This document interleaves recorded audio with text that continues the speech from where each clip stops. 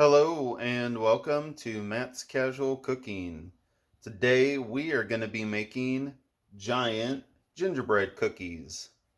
A very fun and tasty treat that you can make this time of year especially. So we're going to go over all the ingredients and how to put them together and let's get to it. All right, folks. So we're going to go over the ingredients that you're going to need today. Now, in the first bowl, you're going to want to add these ingredients together and just set them off to the side and mix them together. You're going to need 4.5 cups of all-purpose flour.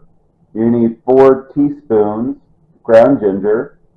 You're going to need 2 teaspoons of baking soda.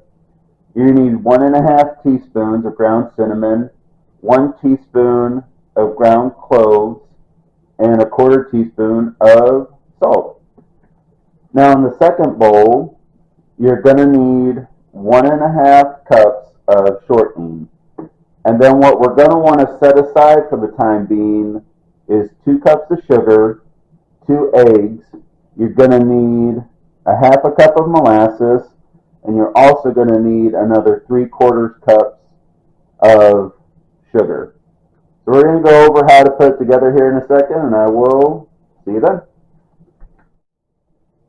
All right, folks, so we have our shortening, and you want a pretty big bowl for this because we're going to be adding stuff to it. Now, if you have a stand mixer, that would also be good, but I'm going to be using a hand mixer today, really because I like to use it. So what we're just going to do with the shortening is we're just going to beat it on low for 30 seconds. And then after that, we'll move on to the next couple steps. So I will see you then. All right, folks. So then just 30 seconds. So all you want to do now, as you can see, it kind of looks a little like frosting. Is what we're going to do is you just want to take your sugar, your 2 cups, and you just want to go ahead and add it. Now all you're going to do here is you're going to beat it until the sugar and the shortening are well combined, and make sure to kind of scrape the sides too to kind of make sure that you get it all. So go ahead and do that. I will see you at the next step.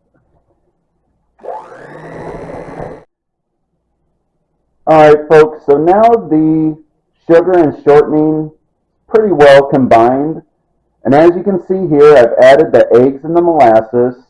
So once that's the sugar and the shortening is combined, add your egg and molasses, and again, we are just going to beat this until it is well combined.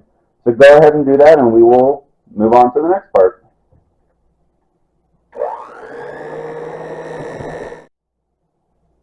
Alright folks, so you can see our mixture right now is well combined. So what we're going to do now is you're going to take your flour and you're just going to add it in batches. And you want to beat in as much flour with your mixer as you can. Now if you get to a point where it seems like it's pretty difficult, you want to go ahead and just add then the rest of your flour and mix it in with like a wooden spoon or a spatula or whatever you need to. So go ahead and do that, and we will move on to the next portion.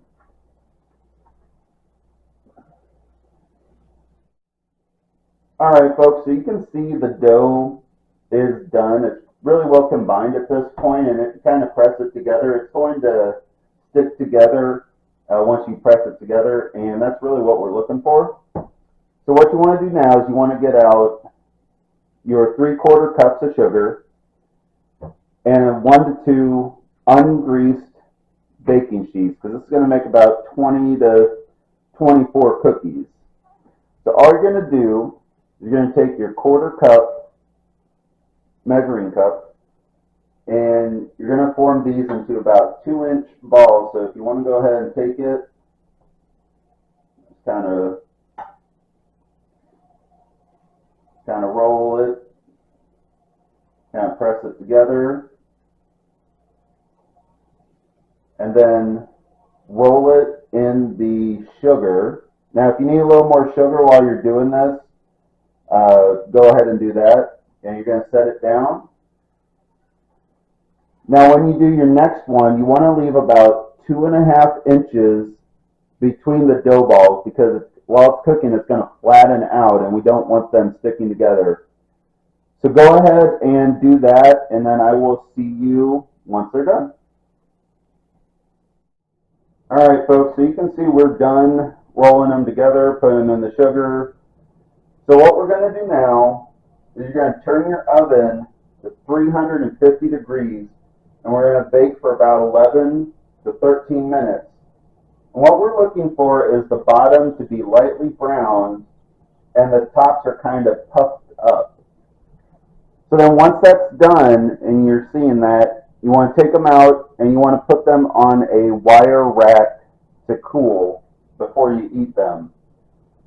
So go ahead and do that, and I will see you then.